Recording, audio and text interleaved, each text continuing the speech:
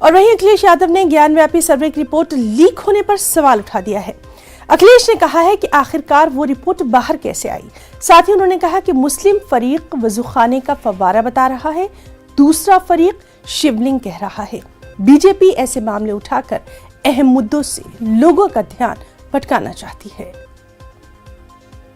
Hitler के जमाने में केवल एक प्रोपेगेंडा मिनिस्टर थे, लेकिन यहाँ सरकार पूरी प्रोपेगेंडा चल रही है। कुछ भी कहानी बन सकती है। जब कोर्ट ने ये कहा कि जो सर्वे होगा उस सर्वे की रिपोर्ट बाहर नहीं आएगी, आखिरकार ये रिपोर्ट किसने बाहर की? अब दोनों पक्ष में एक कह रहे हैं कि ये फुब्बारा है, एक कह रहा है कि शिवलिंग है। ये कहीं न कहीं समाज को बांटने का प्रयास और जानबूझ करके भारतीय जनता पार्टी कर रही है, क्योंकि बुनियादी मुद्दों पर बहस न हो, महंगाई पर बहस न हो, बेरोजगारी पर बहस न हो। हमारे साथ वाराणसी से मौजूद हैं हमारे नुमाइंदे रवि पांडे। रवि, जिस तरह से लगातार हम देख रहे हैं कि इस अहम मामले को लेकर सियासी बयानबाजियां भी जारी हैं, साथ ही आज ये रिपोर्ट जो है वो पेश भी होना है। तमाम तर चीजों के ताल्लुक से आपसे तफसीलात चाहेंगे।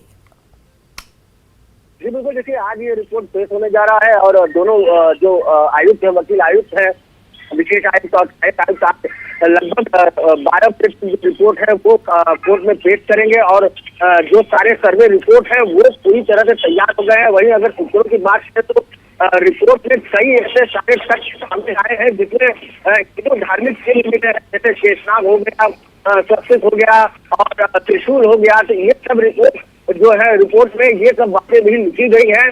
तो लगभग 12 बजे आप दोनों है वो अपना रिपोर्ट पेश करेंगे। ये रिपोर्ट 14 तारीख, 15 तारीख और 16 तारीख की रिपोर्ट रहेगी। वहीं पूर्व वकील आयुक्त अजय मिश्रा जिसे हटा दिया गया था, वो 6 तारीख 7 तारीख का जो रिपोर्ट है वो कल ही पेश कर चुके। उन्होंने अपने रिपोर्ट में पूरी अपनी बात कही है। जी रवि, तो बहुत बहुत शुक्रिया अदा करना चाहेंगे। लगातार अहम मामले पर आपसे डिटेल तफसीलात लेते रहेंगे। बहुत बहुत शुक्रिया आपका।